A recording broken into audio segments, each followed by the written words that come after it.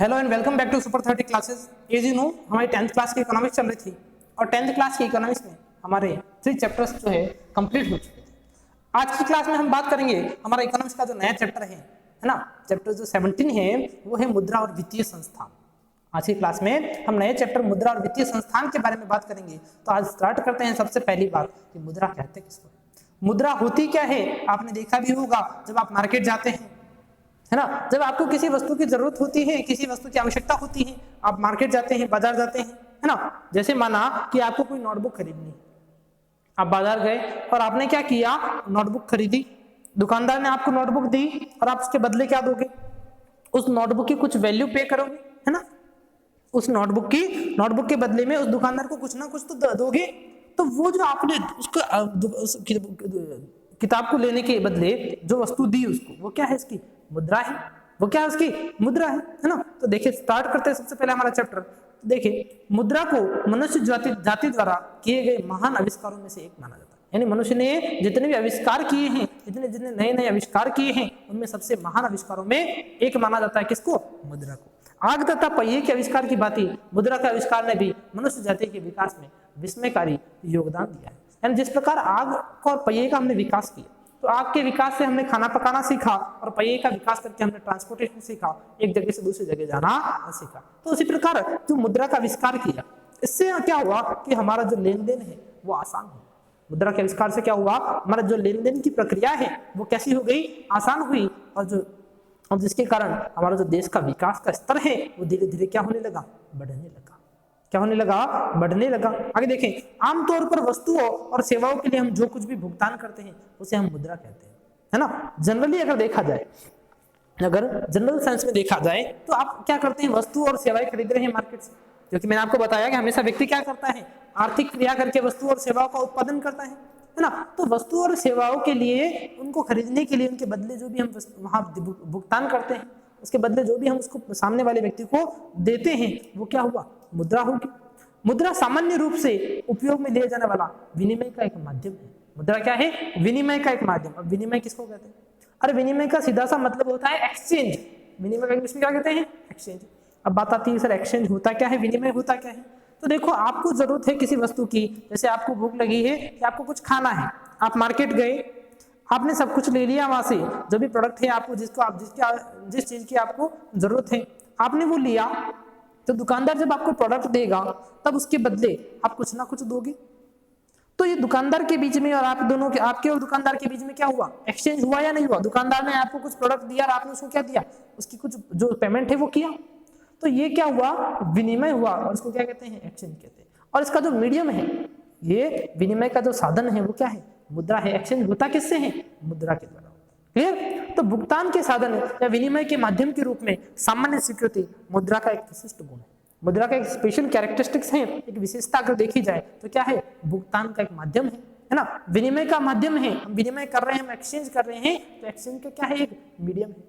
और ये सामान्य स्वीकृति होती है, अर्थात हर कोई व्यक्ति इसको क्या करता है, स्वीकार करता है। ऐसा नहीं कि कोई व्यक्ति नहीं कह सकता कि मैं इस मुद्रा को स्वीकार नहीं करूंगा, आप वस्तु ले रहे हैं तो मैंने ये मनी नहीं लूंगा, दूसरे लाके दो, ऐसा तो नहीं होता। ये मुद्रा का एक विशेष गुण है, इसकी सामान्य स्वीकृति पाई जाती है। क्लियर। प्रत्येक व्यक्ति द्वारा किए जाने वाला यह विश्वास ही इसे अर्थव्यवस्था में अन्य सभी के द्वारा स्वीकार कर लिया जाएगा और मुद्रा को मुद्रा बनाता है। अर्थात प्रत्येक व्यक्ति क्या करता है, मुद्रा को स्वीकार करता है। आप जब विनिमय करोगे तो विनिमय के माध्यम के रूप में किसको स्वीकार करेगा, मुद्रा को स्वीकार करता है। इसलिए मुद्रा क्या है, स्वयं में एक मुद्रा है, अर्थात विनिमय का एक माध्यम है। अतः मुद्रा वह कोई भी वस्तु है जिसे वस्तु और सेवाओं के भुगतान के लिए सामान्य स्वीकृति प्राप्त है। इसलिए मुद्रा क्या हो सकती है, कोई भी वस्तु जैसे वस्तु और सेवाओं के भुगतान के लिए सामान्य स्वीकृति प्राप्त है, अर्थात उसको हर कोई एक्सेप्ट कर लेता है, उस बात को, उस चीज को क्या करता है, एक्सेप्ट करता है, वो क्या होगी, मुद्रा होगी। माना आपको, आपके पास जो है, आपको नोटबुक की जरूरत है, किसकी जरूरत है, नोटबुक की। ठीक, तो आपने क्या किया, आपने एक फ्रेंड से बोला कि मुझे नोटबुक दे दे। ठीक, तो आपके फ्रेंड ने बोला कि मुझे पेन चाहिए, मुझे पेन की जरूरत है, तो मुझे नोटबुक दे दे, मैं तुझे पेन दे दूंगा। क्लियर। तो आपने क्या किया कि आप दोनों ने, उसने आपको पेन, नोटबुक दे दी और आपने उसको क्या दे दिया, पेन दे दिया। तो यहाँ पर क्या हुआ, एक्सचेंज हुआ। तो आपने जो नोटबुक ली ना उस अपने फ्रेंड से, उसके बदले आपने उसको क्या दिया, पेन दिया। तो पेन भी क्या हो गया, एक प्रकार से उसने एक्सेप्ट किया। है ना। तो पेन भी क्या हुई, एक हिसाब से अगर माना जाए तो मुद्रा हुई, है ना। एक पुराने सिस्टम में आपने देखा होगा, आपने सुना भी होगा कि पुराने समय में इसी तरह एक्सचेंज होता था, इसी तरह एक्सचेंज होता था, मार्केट इसी तरह चलता था कि आपको कोई भी प्रोडक्ट लेना है, कुछ भी घर का कोई भी लेना है, कुछ भी लेना है। जैसे आज तो आप मार्केट गए, आपको जैसे नोटबुक लेने की, सीधा एग्जांपल देता हूं, आप मार्केट गए, आपको नोटबुक की जरूरत है, या आपको कुछ खाना है, फास्ट फूड लेना है, कुछ भी लेना है, तो आपने क्या किया, वो जो प्रोडक्ट लिया उसके बदले आप दोगे, पैसा दे दोगे, है ना, मुद्रा दोगे। लेकिन पुराने सिस्टम में, पुराने समय में जब मुद्रा का आविष्कार नहीं हुआ था, तब क्या था, तब विनिमय कैसे होता था? तो उस समय जो विनिमय होता था वह होता था वस्तु के द्वारा। किसके द्वारा होता था? वस्तुओं के द्वारा। अभी जैसे मैंने एग्जांपल दिया था वो नोटबुक वाला और पेन वाला, कि आपने उससे नोटबुक ले ली, उसने आपको क्या दे दिया? पेन दे दिया। तो ये जो एक्सचेंज होता था उसको कहते थे वस्तु विनिमय प्रणाली। पहले सिस्टम कौन सा था? वस्तु विनिमय प्रणाली का था। और वर्तमान समय में कौन सा है? मुद्रा का द्वारा, मुद्रा के द्वारा विनिमय होता है। क्लियर है? अभी हम आगे और देखेंगे वस्तु विनिमय क्या होता है। अभी बात आती है विनिमय की। तो विनिमय मैंने आपको समझा दिया, जो एक्सचेंज होता है ना, वस्तु या सेवा का मुद्रा या किसी अन्य वस्तु अथवा सेवा के बदले क्या होता है? आदान प्रदान जो होता है उसको हम क्या कहते हैं? विनिमय कहते हैं। अभी मैंने विनिमय के बारे में आपको पहले बता दिया। अब आगे देखें, हम सभी बाजार से अनेक प्रकार की वस्तुएं क्रय करते हैं। आपने भी बाजार से बहुत सारी चीजें खरीदी होगी, आपने भी बाजार से वस्तुएं क्रय की होगी। 10 रुपए का पेन या बिस्किट क्रय किया तो दुकानदार ने बिना किसी विरोध के 10 रुपए स्वीकार कर लिए। आपने अगर मार्केट से कोई पेन लिया या कोई बिस्किट का पैकेट लिया तो आपने उसके बदले क्या दिए? 10 रुपए। तो 10 रुपए को उस दुकानदार ने क्या कर दिया? कोई विरोध नहीं किया, उसने क्या कर दिया? एक्सेप्ट कर दिया, 10 रुपए को स्वीकार कर लिया, है ना। तो इस प्रकार हम या हमारे परिवारजन जब भी बाजार से सामान क्रय करते हैं तो सामान का जो भी मूल्य होता है उसे उतने रुपए चुका देते हैं, है ना। जो मूल्य होता है उस वस्तु की जो कीमत होती है उसको रुपए में हम क्या करते हैं? चुका देते हैं। और दुकानदार उन्हें सहर्ष क्या कर लेता है? स्वीकार कर लेता है। इस आधार पर यह स्पष्ट हो जाता है कि भारत में क्या चलता है? भारतीय रुपया ही भारत की क्या है? मुद्रा है। भारत की मुद्रा क्या है? भारतीय रुपया है। समझ में आ गई बात यहां तक? अब आगे देखें, मुद्रा के अनेक रूप हैं जो भुगतान के साधन के रूप में प्रयुक्त होते हैं। मुद्रा अनेक रूप हो सकते हैं। आपने देखा होगा, आप कभी नोट देते हैं तो कभी सिक्का देते हैं, तो कभी आपने देखा होगा चेक भी देते हैं, है ना। तो ये सारे क्या है? मुद्रा के रूप है। ठीक, जो भुगतान के साधन के रूप में क्या होते हैं? प्रयुक्त होते हैं। आपने भुगतान करना है, आपको पेमेंट करना है तो हम उसका यूज करते हैं। लेकिन आम आदमी के लिए मुद्रा का सामान्य अर्थ क्या? अगर जनरल सेंस में देखा जाए तो मुद्रा क्या है? करेंसी नोट है। करेंसी नोट मींस बैंक के जो नोट है और क्या होती है? सिक्कों से है।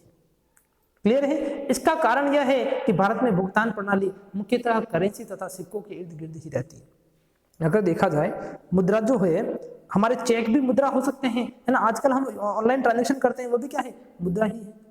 लेकिन अगर सामान्यतः देखा जाए तो सामान्यतः मुद्रा किसको माना जाता है भारत में? सिक्कों को और नोट को ही मुद्रा माना जाता है, क्योंकि हमारी जो अर्थव्यवस्था है इनके इर्द गिर्द ही घूमती रहती है, हम इससे बाहर नहीं जा पाते।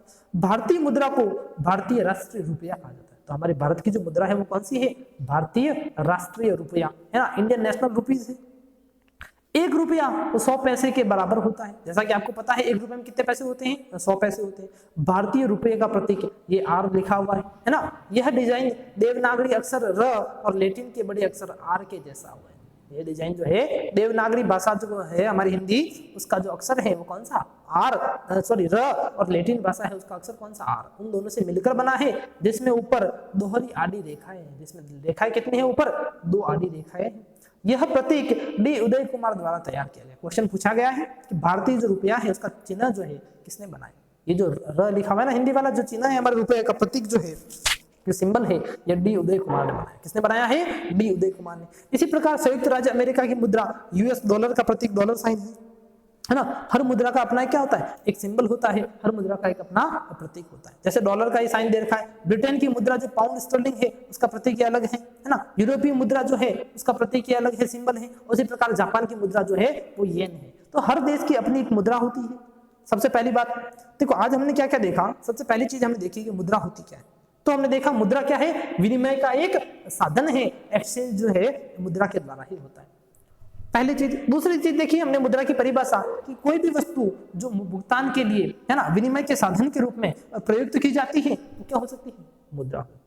क्लियर? और हमने मुद्रा की एक विशेषता देखी कि यह जो है भुगतान के साधन के रूप में या विनिमय के साधन के रूप में सामान्य रूप से स्वीकृत की जाती है। इसमें सामान्य स्वीकृति का गुण पाया जाता है, अर्थात प्रत्येक व्यक्ति इसको भुगतान के लिए क्या करता है? स्वीकार करता है, इसको भुगतान के लिए एक्सेप्ट करता है। क्लियर। और उसके बाद देखा हमने हमारे भारत की जो मुद्रा है वो कौन सी है, रुपया है। और इसका प्रतीक मैंने आपको बताया, इस प्रतीक का जो है, इस प्रतीक की खोज किसने की, इस प्रतीक को किसने बनाया, इस प्रतीक को बनाया डी उदय कुमार ने। क्लियर।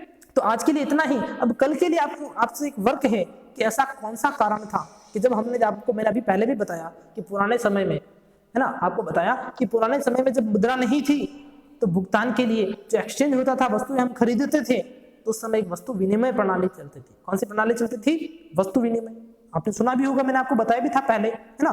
तो वस्तु विनिमय प्रणाली चलती थी। जब वो प्रणाली चल रही थी तो क्यों हमने मुद्रा का आविष्कार किया, ऐसे क्या कारण पड़े, ऐसी क्या समस्या आई जो हमने मुद्रा का प्रयोग करना स्टार्ट किया। तो अब यह आपका वर्क होगा, आपको पता करना है। कल वापस मिलते हैं, आज के लिए इतना ही, धन्यवाद।